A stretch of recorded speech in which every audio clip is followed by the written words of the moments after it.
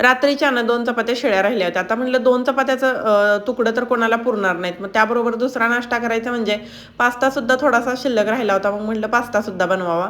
इथे माझं तेच चाललं होतं आणि बरोबर लिंबू पाणीसुद्धा मी पेत होते. कारण सकाळची गडबडच तेवढी उठलेली असते. देशी-विदेशी नाश्ता मी आज प्रॉपर बनवला होता आणि संध्याकाळी अचानक ठरलं की पावभाजी बनवायची. मला ना पावभाजी खूप म्हणजे खूप आवडते आणि एवढ्या सिजनेबल भारी भाज्या भेटतात ना, तर पावभाजी बनवायलाच पाहिजे थंडीमध्ये तर. मग कुकरमध्ये ह्या सगळ्या अशा भाज्या ना शिजायला ठेवून द्यायच्या आणि ना ह्याच्यात ना मी बीट जास्त वापरते. कांदासुद्धा ह्याच्यातच मी टाकते. आल्याचं मोठं तुकडं, लसूण अक्का ह्याच्यातच टाकून घ्यायचं. एकदम छान असा बारीक स्मॅश होतो. 3 ते 4 शिट्ट्यात एकदम भारी अशा भाज्या शिजल्या जातात. आणि हे चॉपर ना मी दिल्लीत असताना घेतलं होतं. म्हणजे मला वाटलं नव्हतं की एवढे दिवस टिकेल. म्हणजे मी जास्त वापरतच नाही म्हटल्यावर टिकणारच.